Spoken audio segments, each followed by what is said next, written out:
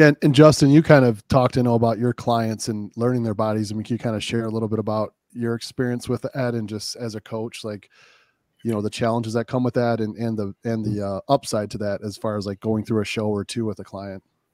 Like, I'm sorry, what was the start of that? Just as far as the as a coach, you know, working with a competitor to learn their body, and Shannon was talking about like water fluctuations and how her body stores glycogen different, things like that. Yeah, well, I want to talk about the COVID diet, and I think that's a perfect. Sorry, go right ahead.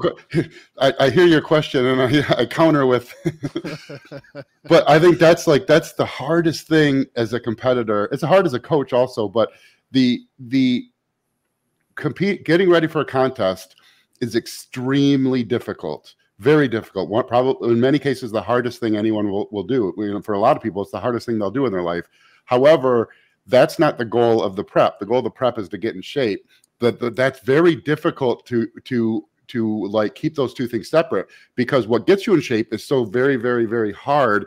Your brain starts to think that the hard work is actually what it is, you know? And like you said, you kept pushing and kept pushing. And that's so difficult, because how do you know when to step back? And everything about you is saying, no, I'll outwork anyone. I'll work.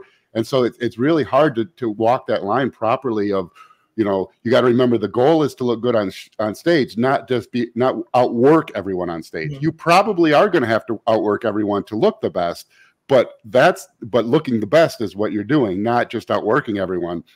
And you can almost tell who's going to be. It's a weird thing, because you can almost tell who's going to have a successful long-term career in the sport by the people who do look bad a couple times from doing too much work.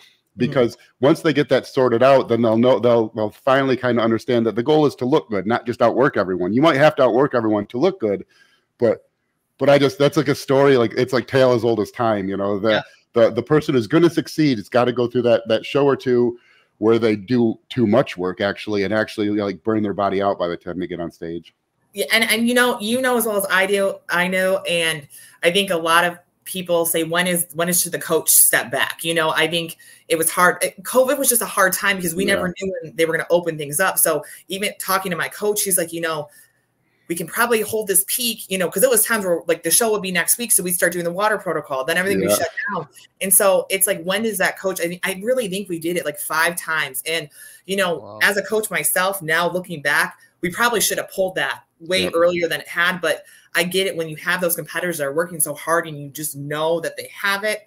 But realistically, looking back now, and I know if you were coaching someone in that similar situation, there is a time where you look and be like, listen, you're just so watery now. If you push it so hard, we got to let your body reset, your hormones reset, your receptors reset. I mean, there's only so much stuff you can take too before your body's just like on overdrive. So no, I mean, I had the same thing with my clients. You know, like hindsight 2020, you'd go back, and as soon as the lockdowns happen, you say, look, let's pull the plug, wait it out, see what's going to happen. But, you know, you were getting so much conflicting information, and they're always, you know, they're moving the show back 2 weeks, and it's like, well, I can extend it 2 weeks, and then they move it another week. Yeah, that was a tough year. Now, was Ben Pollock one of your clients then, Justin? Is that during COVID when he won the Michigan? Yep. Yeah, he won 2020. Yeah, same thing. Ben was a little bit different because we just walked on stage at the Michigan, because he's always in shape. But we did have to deal with that going into nationals and North Americans, because by then he had, you know, North American was quite a bit past the Michigan. In Michigan, I think they still ended up having it in May. I can't even remember when they had it. That it was one of the very first shows. They held it in the parking lot. Under a tent. But I did that show, the Michigan in 2020, and it was definitely, Remy did everything he could to get that show going. I will say, like, probably never again. The lighting, like everything was just a little off, but we got to compete, and I think that was the biggest thing. But it was a rough show. Yeah, it's right in the parking lot. Yeah, under a tent. You had that one little gym with the machines to kind of warm up in, and it was rough. Well, so finished second. So, you know, in the last show, so kind of knocking on the door of some of your original goals. I think it's, you know, got to be inspiring for people out there that, you know, like you said, you had your daughter, and, you know, had COVID. So you had all these obstacles, still accomplished the peak of your career. You know, what's on stage, you know, on stage, I guess, for you next? Like what's kind of the next thing you're looking to tackle here? Right now, it's just getting through to my prep for North Americans. That actually will start probably in early February. We start pretty early, and that's just because of my past history. And now being a mom, it takes a little bit longer for my skin to tighten up. So you just do a slow, smooth, easy transition into my prep, which honestly is easy because I have an off-season diet I pretty much follow to a T. And then we just start, you know, changing food up a little bit here and there. So it's a really easy transition into my prep. And that's primarily my focus. Is what I do is once I get into prep mode, you know, my husband knows, my clients know I'm in prep mode. There are certain protocols, even for my check-ins, where, and I don't know if you're like this, Justin, but when I start prepping and I'm really hard into prep, I will tell my clients, like sometimes like, hey, I'm in prep. I don't take competitors when I'm in my prep myself, because I feel like I can't give my 100%, especially when I'm in those last few months of prep. And that's just primarily my focus. You know, my husband and I homestead. So at home, it's my chickens and my farm and all of that. So it's a nice relaxing time to be, you know, decompressed from everything. And I just try to keep my mental state. My main thing is because I'm so like high anxiety, high OCD. I have to revert myself away from like technology, social media, and just be outside and just try to keep my anxiety and stress low. Just with me and the way my cortisol just responds, it can just make or break my prep. Yeah, Justin, did you want to add anything to that? I know you have a lot of experience with helping athletes manage stress, and yourself when you were an athlete. Yeah, no, I mean, I don't compete anymore, but absolutely. And I learned my lesson the hard way at the 2005 Junior Nationals. I had 7 people, including myself, in that show. Every single person beat me. I had a class winner, 2 second place in the class. I think everyone but one other person was top 5 in their class. And then I was like out of the top 15. But something's got to give. And if you're a good coach, it's going to be your physique, you know? And so if you're a good coach, don't prep people while you're prepping, because, you know, if you're going to stay a good coach, then something has to give, and it's going to be your physique. I think I was there because that's when Phil Heath won Junior Nationals, right? Yeah. He beat Chris Perticari. Chris would have won the over Chris, and then Darren Dudash and Brad Davis, who eventually turned pro, were both top 5 in juniors also. And so, yeah, we very likely would have had an overall in that show. If Phil didn't show up and just dominate. Yeah, it was definitely definitely a little different than a state show. That was my first experience at a national show when we went there, and it was definitely some different physiques there. So, So I know both of you are coaches, so I thought it'd be kind of fun just to maybe kick around a few topics. You know, there's a lot of different ways to kind of get to the same result, and then also out there's a lot of noise and some incorrect stuff. So maybe we can kind of kick around a few philosophies and or approaches that you have.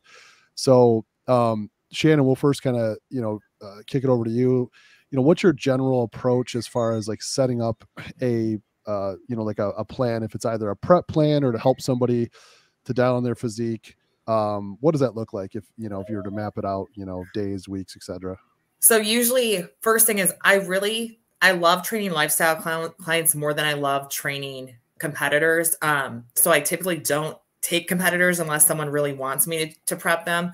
And that's more so because my coaching philosophy is more to create a sustainable lifestyle. Whereas, bodybuilding prep is great for those, like myself, who want that, really regimented eating schedule. But realistically, for 90% of the population, that diet technique is not going to work for a lot of these people. Right. So as a coach, I give them a whole intake form, make them, and every coach has their little questionnaire thing. But the main thing I like to look at is their eating patterns. I have people that if they're intermittent fasting and it's been working for them, I'm not going to change it, but I'm going to change or maybe change the amount of food they're going to eat per meal. Or, if somebody really, doesn't like eating breakfast, I usually will, allow them to see the benefits of having a breakfast and have them try it out. But I slowly like to integrate different things in at a time. So my programs are a lot different than a lot of lifestyle coaching programs, because what happens is we're working like month by month, changing little behaviors at a time, because it's the behaviors over time that are going to create consistency.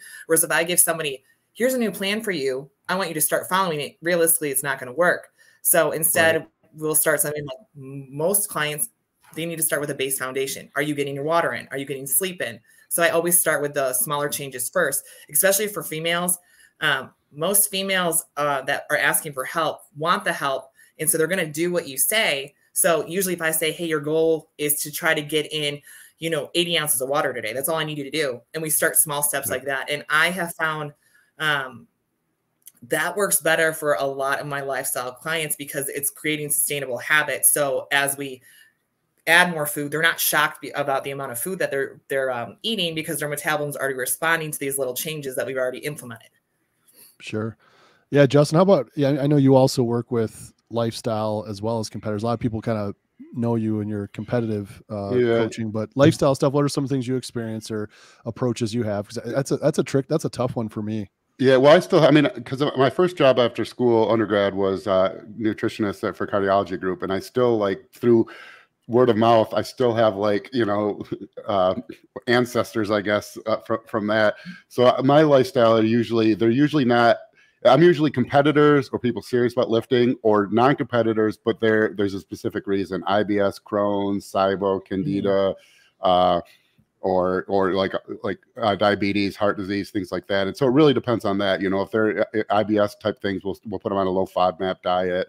But for the general consensus with those people is I try to teach them the pick it, kill it, grow it diet, meaning that if you can't pick it from a tree, grow it in a garden, or hunt it for meat, then you shouldn't be eating it. I say you're not going to watch My 600-Pound Life and find people who just can't stop eating vegetables, where like, I'm sorry, doctor, I just can't stop eating plums, so like you teach them your body's pretty self-regulatory when you eat those types of foods, the foods that go through zero processing, and so that's really what we start with, is teaching them that you have to eat less calories than you burn to lose energy from the body, to lose body mass. You can't skirt that.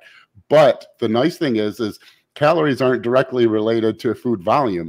There's a lot of calories in a Big Mac. You can eat 3 times the volume of a Big Mac for half the calories and still eat tasty food if you just choose your food sources differently. So that's really the core of it with my lifestyle clients, teaching them that whatever we do, when we're done, if you learn to stick to these healthy food choices, you have a lot more leeway and a lot more wiggle room before things go off the rails. Yeah. No, I think that's really important thing for people to go ahead. I love how you're talking about the pick it, grow it. That's a huge thing is my husband and I went completely chemical free this year. Like even my hair products, obviously there's certain medications I take for bodybuilding, but regardless of that, everything, we don't even do diet soda, anything that has processed or any preservatives, or you have to open through plastic, we don't have. And it was interesting is my husband actually, and he competes, he actually lost about 20 pounds from just switching to chemical free. We did not change the amount of protein he was eating, the amount of fat he was eating, the amount of carbs. We didn't change cardio. It was just from switching from those Diet Cokes and switching from like our hair products that had chemicals in them. And it's just so amazing and eye-opening to see what all this additional crap is doing. But people in today's age want the convenience. So they're not willing to take that and spend a little bit more money and get a fresh grown orchard apple. Instead, they're going to go to the store and get the packaged stuff. And it's just so disheartening because I tell people, like, your health is so much more important overall. It's okay if you're going to spend more on your food because you're going to spend less at the doctor's. Yeah, and it's amazing the things you see. Well, I have celiac, and so I can't eat gluten.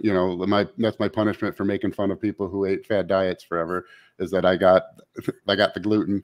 But in Mexico one time, I accidentally ate a flour tortilla without realizing it, and barely had any issues. Because the way they process their wheat is totally different than the way we do. And I'll even notice my clients, because I do high carb days, and on the high carb days, there'll be very high carbohydrates, and I typically give clients in each meal up to 50% of the carbs can come from sugary sources. And I see and I've been tracking this, I see a very, very clear difference in reporting and how the clients report, how they feel, what they think. Can't really measure inflammation, but what they think their inflammation is and what they look like as far as inflammation and water retention when they eat those sugary sources from things like Twizzlers or low fat processed candies versus eating those sugars from fruit. It's like a world of difference. It's really, really interesting to see. But yeah, I think there's so many issues that we have right now that at some point will be correlated, at least indirectly to the processing of the foods we eat. You know, things like all the IBS issues, the low testosterone in men, so many like weird kind of fringe illnesses that pop up much more often than they used to, and then certainly things like type 2 diabetes and stuff. And like you said, with your husband losing weight, I think one of the things that I do with my clients, and then a lot of clients get really frustrated at first, is I will list a protein amount in a meal, a macro, you know, and I'll give a meal plan also, but I'll say, you know, 50 grams of protein in this meal, and I'll give a list of choices to make that protein from. And things like turkey breast, chicken breast, and 96.4 ground beef will all be in that list. And they'll say, well, those have different fat amounts. Why am I not counting the fat?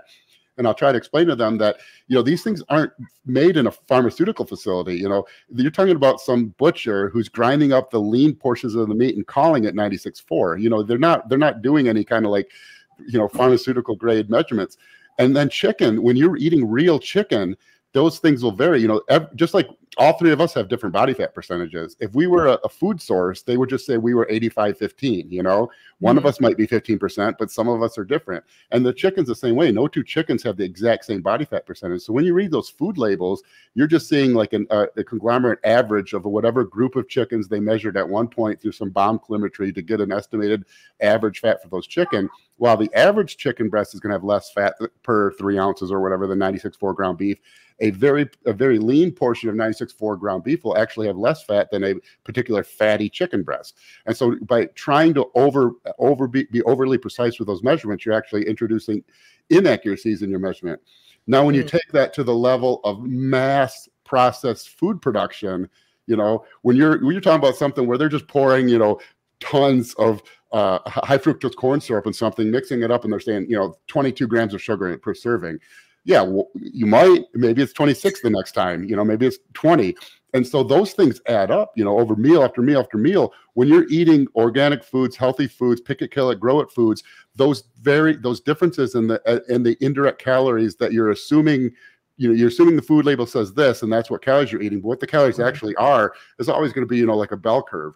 But the bell curve of you know, real food is much more condensed. You know, you don't get, you know, like Robert Wadlow was 8'11" 3/4" or whatever. You know, he's as far as height, he's at the extreme end of that bell curve. But most of us are pretty close in height, and that's what, like, normal food that was grown in normal conditions has a pretty narrow bell curve. And so you can be, you know, the range of your varied indirect calories is much different than when you're eating like mass processed foods. You know, you're saying the calories here, but one time the calories might be way over here, the next time way over there, and over hundreds and hundreds and hundreds of meals, that will add up to potentially a 20-pound body fat difference, even though technically you ate the same calories as far as the food label said, because who knows what these people are really putting into, you know, you're trusting things down to the, you know, decimal place of a gram for these macronutrients from these same corporations that you wouldn't trust, you know, your family to, you wouldn't trust to babysit your kids for an hour, but you're trusting them to 0.2 grams on a measurement for a macronutrient.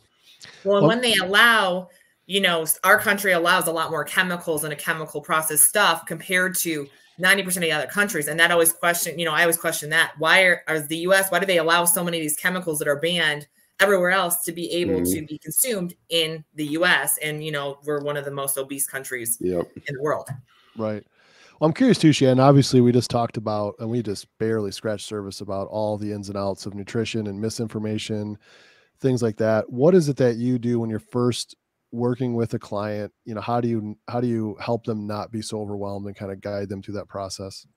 First thing I always ask for is blood work. I like to take a look at their blood work, see where they're at. If they haven't gotten blood work, I think that's the biggest thing that some coaches forget to ask is you need to look at blood work. You need to see if they're having thyroid issues. You know, if they're diabetic, you need to look at the way the body responds to certain stuff. You know, I've had clients that, oh, I've been eating right for so long, I want to hire you. I'm like, well, have you gotten blood work? And then we look and they're just low testosterone, where it's something like a simple fix.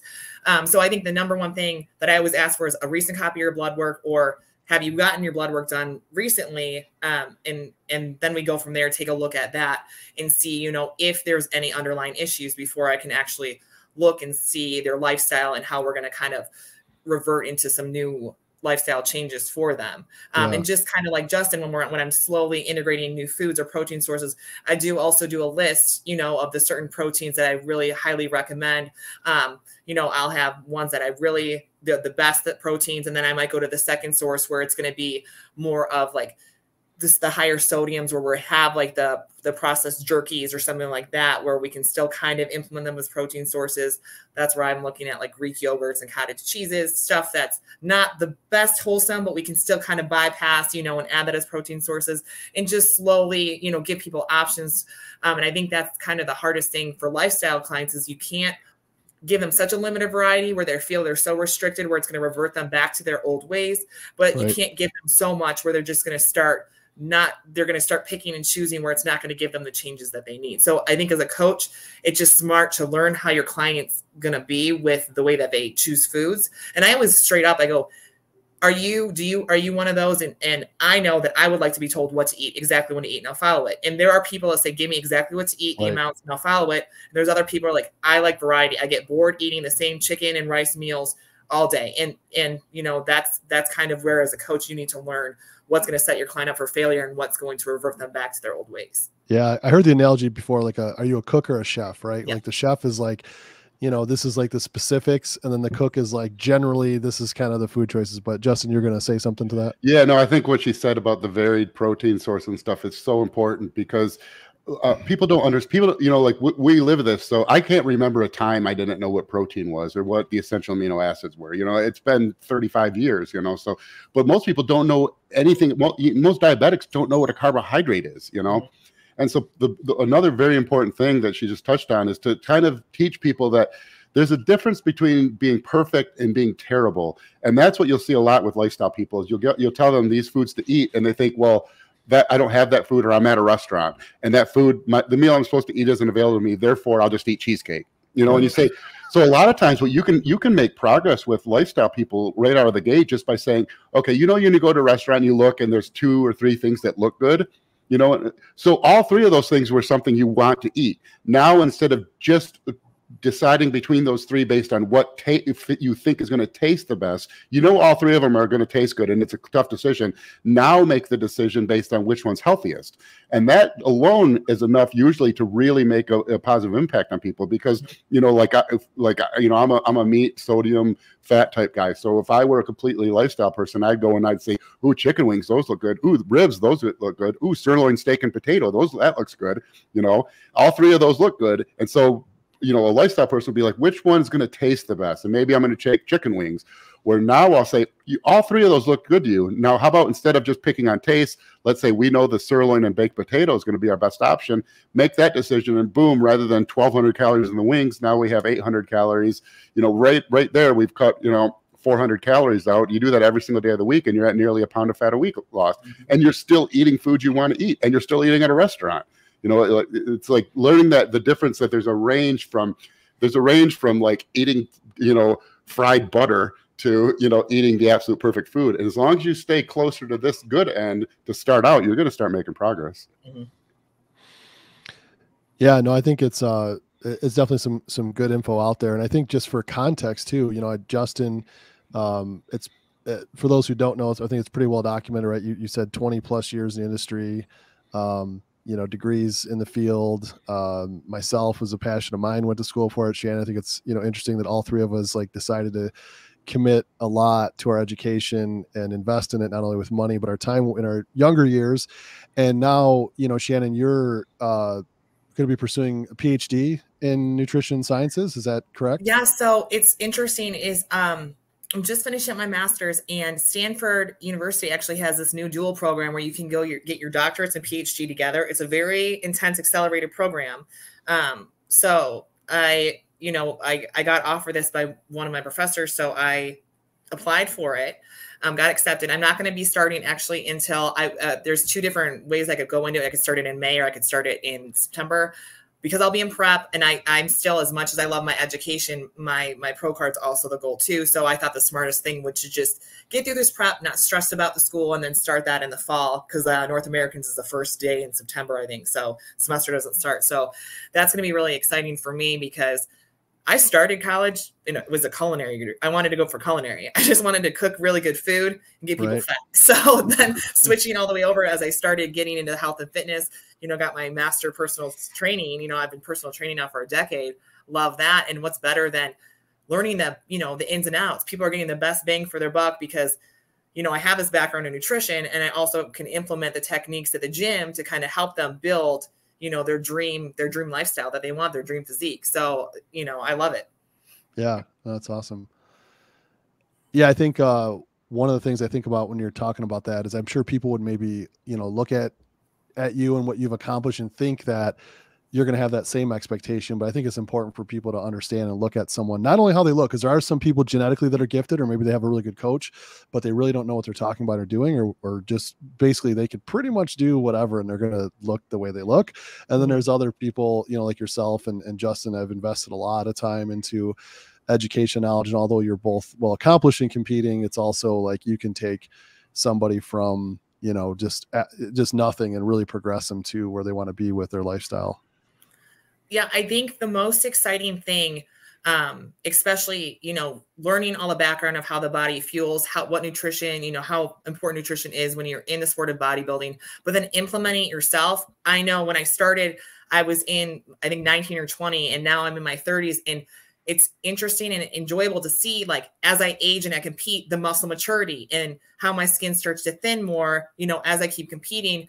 And it's one of those things you can't rush. And I tell people, you get these younger competitors that are, I'm going to go pro and I'm going to the Olympia, and great dreams and all, but you can't rush the process. I tell people there's nothing, genetically, you're going to have that grainier skin when you're younger. If you already have those genetics, if not, you got to play the card, let that muscle maturity set in and, allow your body to just kind of slowly transition.